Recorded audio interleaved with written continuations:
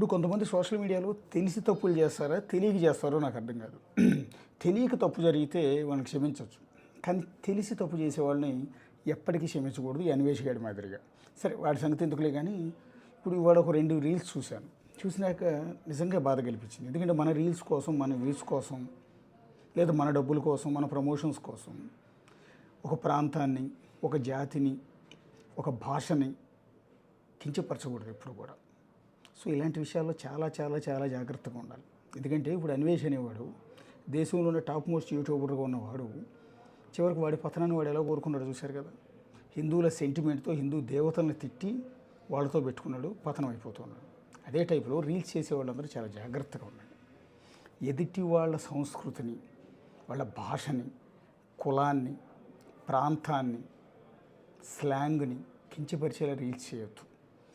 ఇవాళ నేను చూసిన రీల్ను ఒళ్ళు మండిపోయింది నాకు. అంటే బుద్ధి లేకుండా ఎలా తీస్తారు. ఇప్పుడు ఒక అమ్మాయి రోడ్డు మీద నిలబడి ఉంది, ఒక కారులో వచ్చిన కుర్రాడు అబ్బో బ్యూటీరా, ఎంత అందంగా ఉందో, సూపర్ ఉందరా, చాలా స్టైల్గా ఉందరా అని మాట్లాడుకుంటూ అమ్మాయి దగ్గరికి వచ్చి కారు ఆపారు. కారు ఆపగానే ఆ అమ్మాయి ఇట్లా విండో డౌన్ చేయగానే ఆ అమ్మాయి గోదావరి స్లాంగ్లో మాట్లాడగానే వీళ్ళు కారు ఇమ్మీడియట్గా అక్కడ నుంచి ఉరుక్కుంటూ పారిపోయారు. అంటే ఏంటి అర్థం? ఆ అమ్మాయి అందంగా ఉంది కానీ ఆ అమ్మాయి భాష వీళ్ళకి నచ్చలేదు, ఆ అమ్మాయి స్లాంగ్ వీళ్ళకి నచ్చలేదు. అమ్మాయి గోదావరి స్లాంగ్లో చాలా ముచ్చటగా చక్కగా మాట్లాడింది, అది వీళ్ళకి నచ్చలేదు. అంటే ఆ స్లాంగ్ని కించపరచడం కదా, ఆ స్లాంగ్ని తక్కువ చేయటం కదా, ఇది తప్పు కదా. ఒకసారి ఆ వీడియో చూడండి, చూసినాక మళ్ళీ మాట్లాడుకుందాం.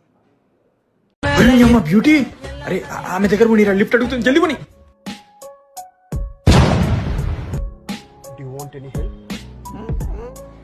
అల్లెదరా బకాసు రెస్టారెంట్ అని సినిమా అదేదో థియేటర్ లో ఆడుతుందంట, కొంచెం దించేస్తారా?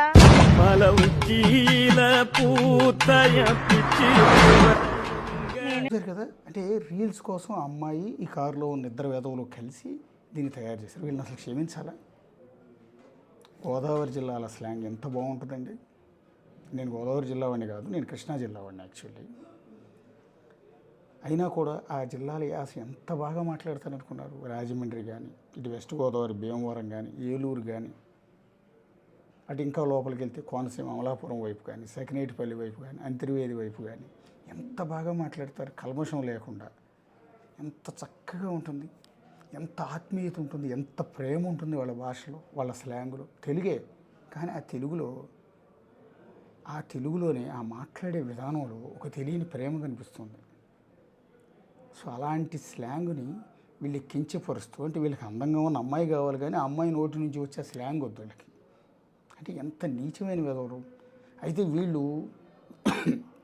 ఆ గోదావరి జిల్లాల వాళ్ళు కాకుండా వేరే ప్రాంతం వాళ్ళు అయితే పని తెలియక చేశారు లేదో ఒక కుద్దుబడి అనుకోవచ్చు, కానీ వాళ్ళు గోదావరి జిల్లా వాళ్ళు అయ్యి ఉంటే మాత్రం అసలు క్షమించకూడదు. ఇక రెండో వీడియో దగ్గరికి వద్దాం. ఇది ఉత్తరాంధ్ర స్లాంగ్ని, ఉత్తరాంధ్ర భాషని కించపరుస్తూ తీసిన వీడియో. వీళ్ళు ఎక్కడికో పోయారు టూర్. పోయినప్పుడు భార్యాభర్తలు ఇట్లా నడుచుకుంటూ వెళ్తూ ఉంటే ఎదురుగా ఎవడో వచ్చాడు. వచ్చి మీరు ఎక్కడి నుంచి వచ్చారంటే విజయనగరం నుంచి వచ్చామన్నారు. వచ్చామంటే వాళ్ళు మీతో పాటు మీరేనా ఇంకెవరిని వచ్చారంటే అది మా బావమరిది కూడా ఉన్నాడని అతను అంటాడు. ఏది ఎక్కడ ఉన్నాడంటే ఈ అమ్మాయి ఉత్తరాంధ్ర శ్రీకాకుళం విజయనగరం స్లాంగ్లో వాడిని పిలుస్తుంది. ఆ పారొత్తున్నానని చెప్పి అతను అక్కడి నుంచి ఇక్కడికి వస్తాడు. రాగానే వీడు మొగుడు పరుగు పోయిందిగా అందరి ముందు, అందుకే మిమ్మల్ని ఇంకోసారి ఎప్పుడు కూడా బయటికి తీసుకురాను అంటాడు. అంటే ఏంటంటే ఉత్తరాంధ్ర స్లాంగులో తెలుగే మాట్లాడింది, కానీ ఆ స్లాంగులో విజయనగరం శ్రీకాకుళంలో మాట్లాడే ఆ స్లాంగులో తమ్ముడిని ఆవిడ పిలిచింది. తమ్ముడు కూడా అదే భాషలో చెప్పుకుంటూ వచ్చాడు, ఆ పారొస్తున్నాను అక్కో అంటే వస్తున్నాను అని. అది వీడికి పరుగు పోయిందంట. అదేంటో నాకు అర్థం కాదు. సొంత భాష ఒక నిజంగా మీరు విజయనగరం వాళ్ళు అయితే గర్వంగా ఫీల్ అవ్వాలి మీరు. ఆ స్లాంగు మీరు శ్రీకాకుళం వాళ్ళు అయితే శ్రీకాకుళం స్లాంగు అమెరికా వెళ్ళే మాట్లాడండి. విజయనగరం వాళ్ళు అయితే విజయనగరం స్లాంగు ఆస్ట్రేలియా వెళ్ళినా మాట్లాడండి. మీరు కృష్ణా జిల్లా వాళ్ళు అయితే కృష్ణా జిల్లా స్లాంగ్ ఆస్ట్రేలియా వెళ్ళినా కూడా మాట్లాడండి. మీరు తెలంగాణ వాళ్ళు అయితే తెలంగాణ స్లాంగ్ సముద్రాలు దాటి ప్రపంచంలో ఎక్కడికి వెళ్ళినా అదే లాంగ్వేజ్ మాట్లాడండి. మీ సొంత భాష, మీ సొంత స్లాంగు, మీ సొంత కల్చర్ని ఎప్పుడూ మర్చిపోకూడదు. అది అలా మర్చిపోతే నువ్వు క్లాస్ నేర్చుకునే ప్రయత్నంలో, క్లాసుగా ఉందాం, ఎదుటోడి మాదిరిగా ఉందాం అని చేసే ప్రయత్నంలో నీ సొంత తల్లిని, సొంత భాషని, సొంత ప్రాంతాన్ని, సొంత ఊరిని మర్చిపోయినట్టే. సో ఇక్కడ విజయనగరం స్లాంగ్లో మాట్లాడితే తప్పు ఏంటని నాకు అర్థం కాదు. ఒకసారి వీడియో చూడండి, మీకు కూడా అర్థమైపోతుంది. హాయ్ బ్రో, నేను వీలాగర్ని. ఎక్కడి నుంచి వస్తున్నారు బ్రో? మేము విజయనగరం. విజయనగరం. తను నా వైఫ్. ఓ, అంత నుంచి వచ్చారా? నిద్ర వచ్చారా? లేదు, తిన తమ్ముడు కూడా వచ్చాడు. ప్రవీణ్ ఎక్కడ?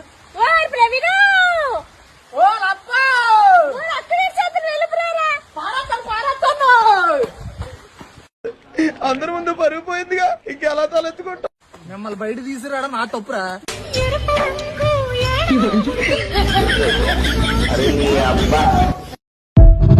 చూసారు కదా వీడియో? ఏమన్నా అసలు బుద్ధి ఉందా వాళ్ళకి? సిగ్గుందా? ఏమైపోద్ది చదువుకున్న బుర్రలన్నీ?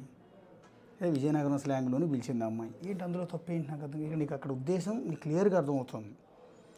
అంటే ఆ స్లాంగ్లో పిలవద్దు. చూడటానికి మనుషులు క్లాస్గానే ఉన్నారు, కానీ వాళ్ళ భాష మాత్రం ఈ స్లాంగ్లో ఉంది. ఉత్తరాంధ్రలో ఉన్న మనుషులు కాదా? గోదావరి జిల్లాలో ఉన్నవాళ్ళు మనుషులు కాదా? కోస్తాలో, నెల్లూరులో ఉన్నవాళ్ళు, రాయలసీమలో, ఇలా ఎక్కడికి వెళ్ళినా ఒక్కొక్కరికి ఒక్కొక్క డిఫరెంట్ కల్చర్ ఉంటుంది. ఒక్కొక్క భాషలో మనందరూ మాట్లాడేది తెలియదు, కానీ యాస వేరుగా ఉంటుంది.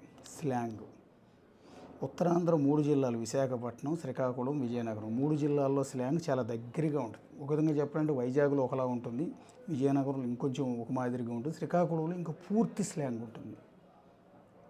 అది కల్మషం లేని భాష. అది ఇప్పుడు గతంలో ఇదే శ్రీకాకుళం యాసని సినిమాల్లో కించపరుస్తూ ఒక సినిమాలో తీస్తే, ఆ సినిమా రిలీజ్ అయిన రోజు ప్రమోషన్లో భాగంగా వాళ్ళు అక్కడికి వెళ్తే వాళ్ళని పట్టుకుని పిచ్చ కొట్లు కొట్టారు. అక్కడ నిజంగా కొట్టాలి కూడా, తప్పేం లేదు అలా కొట్టడం, తాట తీయాలి ఇట్లాంటివి. ఇప్పుడు వాళ్ళ భాష అండి, వాళ్ళ కల్చరు పుట్టుకతో వచ్చింది. అది గర్వం, అది గర్వంగా ఫీల్ అవ్వాలి దాన్ని. ఆ స్లాంగ్లో మాట్లాడితే తప్పు ఏంటండి నాకు అర్థం కాదు. సరే, గోదావరి జిల్లాలకు వద్దాం. గోదావరి జిల్లాలో యాస డిఫరెంట్గా ఉంటుంది, ఆంధ్ర మొత్తంలో డిఫరెంట్గా ఉంటుంది. ఆ స్లాంగ్లోనే మాట్లాడుతూ వాళ్ళు ఎక్కడికి వెళ్ళినా సరే క్లాస్గా మాట్లాడే ప్రయత్నం ఎందుకు? మనం ఒరిజినాలిటీ ఎందుకు చంపుకోవాలి? ఎందుకు నటించాలి? ఆ భాషని కించపరుస్తూ రీల్స్ చేస్తారా? ఇక నెల్లూరుకి వద్దాం. కృష్ణా జిల్లా, గుంటూరు జిల్లాల యాస ఒకలా ఉంటుంది. నెక్స్ట్ వచ్చి నెల్లూరు, ప్రకాశం, ఈ జిల్లాల్లో లాంగ్వేజ్ యాస ఇంకోలా ఉంటుంది. ఎందుకంటే తమిళ్ మిక్స్డ్ ఉంటుంది. నెల్లూరు అటు తమిళనాడుకి దగ్గరగా ఉండటం వల్ల తమిళ్ మిక్స్డ్ ఉంటుంది. అలాగే తిరుపతి, చిత్తూరు లాంగ్వేజ్ ఈ మధ్య పుష్ప లాంటి సినిమాల తర్వాత విపరీతంగా పాపులర్ అయిపోయింది. ఎంత బాగుంటుంది ఆ స్లాంగ్, ఎంత బాగుంటుంది, ఆ పదాలు ఎంత అద్భుతంగా ఉంటాయి. కడప దగ్గరికి వెళ్ళేటప్పటికి ఆ భాష ఇంకోలా ఉంటుంది. అనంతపురం, కర్నూలు ఇటు వెళ్ళేటప్పటికి మళ్ళీ స్లాంగ్ మారుతుంది. రాయలసీమ 4 జిల్లాలు అయినా కూడా ఒకే స్లాంగ్ ఉండదు, ఒక్కో జిల్లాలో ఒక్కోలా ఉంటుంది. అంత అందంగా ఉంటుంది. కడప మారుమూల పల్లెటూళ్ళకి వెళ్ళి చూడండి ఎంత బాగుంటుందో భాష. మళ్ళీ మళ్ళీ మాట్లాడాలనిపిస్తుంది, రాయల్టీ కనపడుతుంది ఆ భాషలో. అనంతపురం వెళ్ళండి, అది కొంచెం బెంగళూరు సింక్ అవుతుంది.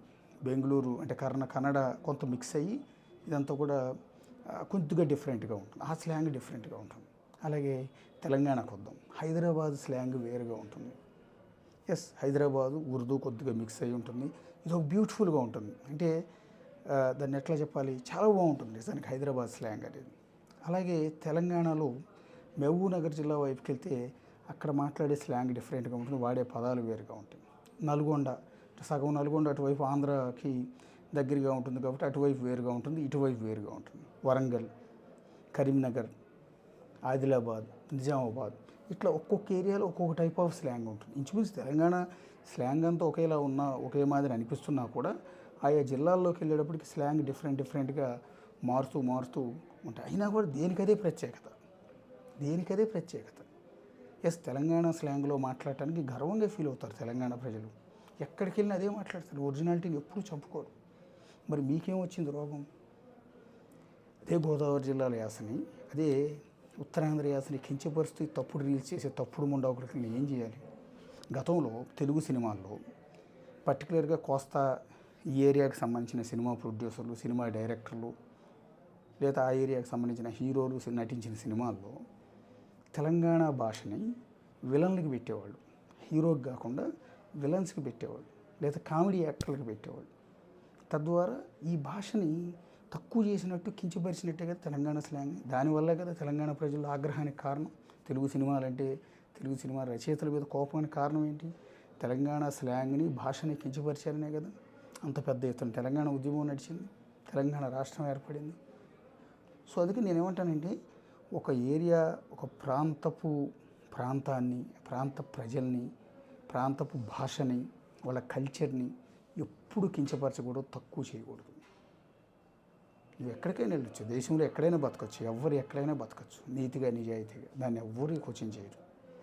కానీ నువ్వు ఎక్కడైతే వెళ్ళావో అక్కడికి వెళ్ళి అక్కడ ప్రజల సంస్కృతిని, అక్కడ ప్రజల భాషని కించపరిచే వేషాలు వేస్తే తాట తీసి వదిలిపెడతారు. అది తెలంగాణ ప్రజలైనా, ఆంధ్ర ప్రజలైనా, గోదావరి జిల్లా వాళ్ళైనా, ఉత్తరాంధ్ర వాళ్ళైనా, రాయలసీమ వాళ్ళైనా, ఎవరైనా సరే. సో ఒళ్ళు దగ్గర పెట్టుకోండి రీల్స్ చేసే ముందు. అది తెలంగాణ భాష గురించి రీల్స్ చేసేటప్పుడైనా, తెలంగాణ ప్రజల కల్చర్ మీద వీడియోలు చేసేటప్పుడైనా, ఆంధ్ర ప్రజల కల్చర్ మీద వీడియోలు చేసేటప్పుడైనా, స్లాంగుల మీద వీడియోలు చేసేటప్పుడు ఒళ్ళు దగ్గర పెట్టుకొని వాటి జోలికి మాత్రం రామాకండి.